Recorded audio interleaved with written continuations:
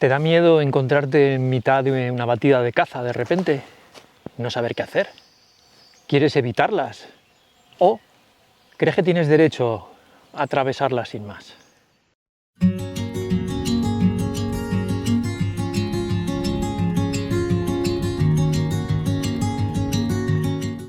Muy buenas tardes de Melon Bites. Tema delicado, no debería, pero siempre parece que es un tema delicado hablar de cazadores y de senderistas. Y como toca temporada de caza, pues creo que es justo tratar el tema. Si tienes dudas de quién tiene prioridad en un camino de estos, si tienes dudas si debes darte la vuelta cuando hay una batida de caza y qué implica el andar por una zona de batidas, pues quédate a ver este vídeo. Por cierto, estoy en este valle increíble de Somiedo, que hacía tiempo que no venía, pero es que es alucinante.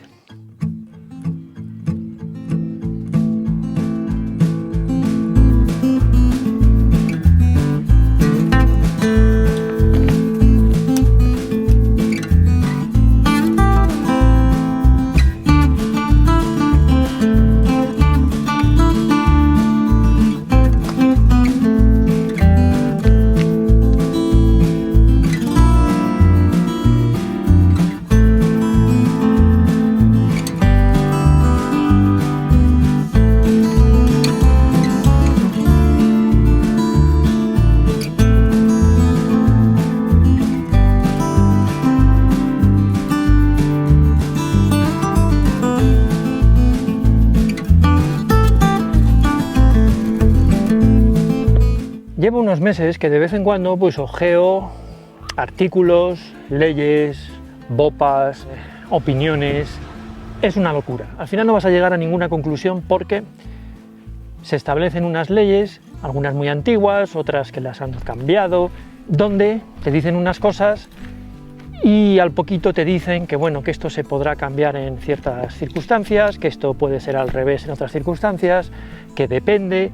Y al final terminamos en un nada claro, que es muchas veces como le gusta a las autoridades tener las cosas. Pueden aplicar algo si alguna vez les apetece y en general, pues mientras no ocurra nada, pues tiramos para adelante.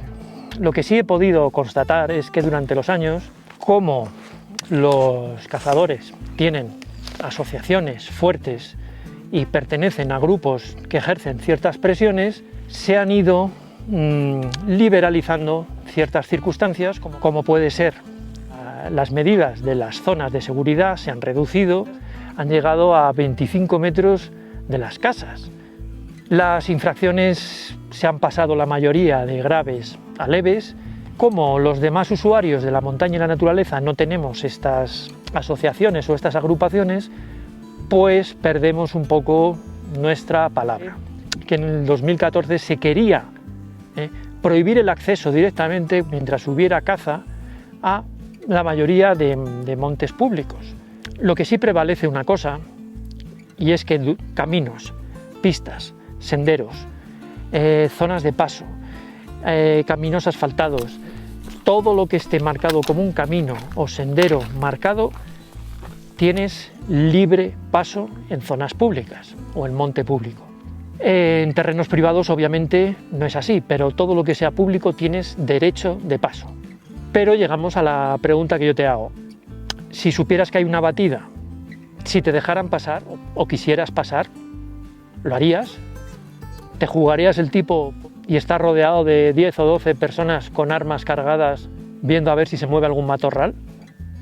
Claro, esto es una ventaja y una superioridad constante de los cazadores. Y no tengo nada en contra de ellos, que quede claro desde un principio.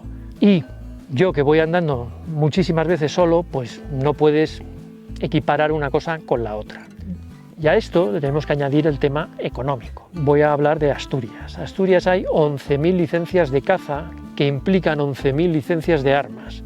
Son 22.000 licencias que hay que pagar, que es una entrada de dinero para el gobierno de Asturias.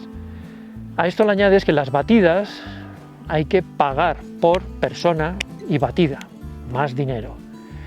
Por eso se agrupan y se asocian para defender sus intereses, porque pagan. Y como pagan, creen que tienen derecho sobre los que no pagan. Y esto es una de las cosas que creo que los gobiernos deberían dejar muy claritas.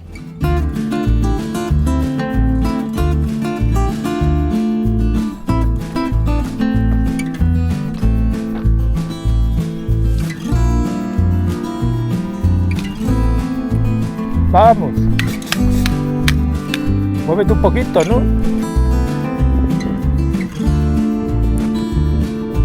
Bueno, si el tiempo me lo permite, vamos con unas recomendaciones que os quiero dar. La primera ya os la he dado. Os encontréis con una batida de caza, por lo tanto para mí, aunque sea una forma de darles la razón, creo que no compensa el riesgo, yo no me fío y yo prefiero buscar alternativa o darme la vuelta. Segunda recomendación, os cruzáis con cazadores. Yo mantendría la calma, respeto, cordialidad y más vale buenos días, tal, no sé qué, que hay esto, hay lo otro, tal, incluso aunque me digan es que no puedes, bueno, podría, pero no lo voy a hacer. Ya está, no le demos muchas vueltas, están haciendo mal y queréis denunciarlo, pues a los guardas, que son los que se encargan de eso. No tiene mucha utilidad el recriminar. Tercera recomendación, y una de las importantes, llevar algo realmente visible, como esto.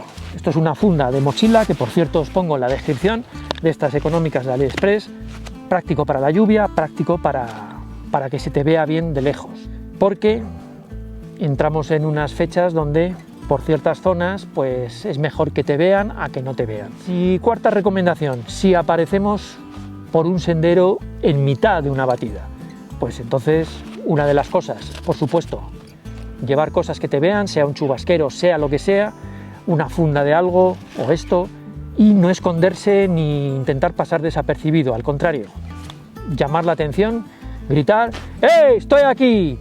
Es más, te lo van a agradecer que digan, pues mira, ahí hay alguien. Y quinta recomendación, mirar bien vuestra autonomía, vuestra localidad, porque aunque no exista a nivel nacional una aplicación que sería muy útil, que dijeran, pues va a haber una batida en tal sitio, tal día, de tal a tal hora, sí.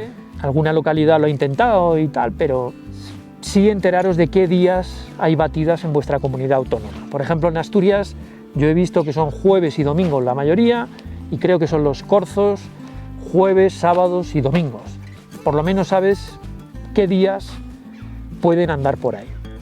He querido ser práctico, no expresar opiniones personales, hacerlo que todo sea más fácil y fluido para todos.